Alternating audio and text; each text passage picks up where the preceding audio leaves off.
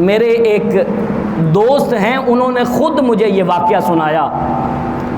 ان کا نام ہے عمر سعید، وہ ایگریکلچر یونیورسٹی میں ٹریئر ہیں. انہوں نے کہا کہ میں لاہور میں تھا، ریلوے میں میری ڈیوٹی تھی، تو میرا ایک کلرک تھا. وہ کہتے ہیں کہ وہ روزانہ لیٹ آیا کرتا تھا. تو ایک دن میں نے اسے اپنے پاس بٹھایا اور بڑے پیار سے کہا کہ رشید نام تھا اس کا، رشید دیکھو یہ اچھی بات نہیں ہے، تم ڈیوٹی کرتے ہو، تم روزانہ لیٹ آتے ہو، وجہ کیا ہے؟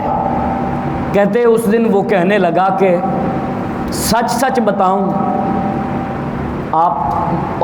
وہ جو میرے دوست تھے وہ کہنے لگے ہاں بالکل سچ بتاؤ، جھوٹ تو ویسے بھی نہیں بولنا چاہیے لیکن آج تم سچ بتا ہی دو.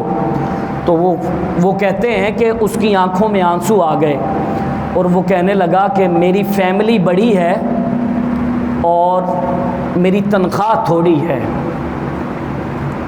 لہٰذا صبح فجر کی نماز پڑھ کے میں داتا صاحب چلا جاتا ہوں اور لنگر کی لائن میں کھڑا ہو کر لنگر لے کر گھر پر جا کر بچوں کو ناشتہ کرواتا ہوں.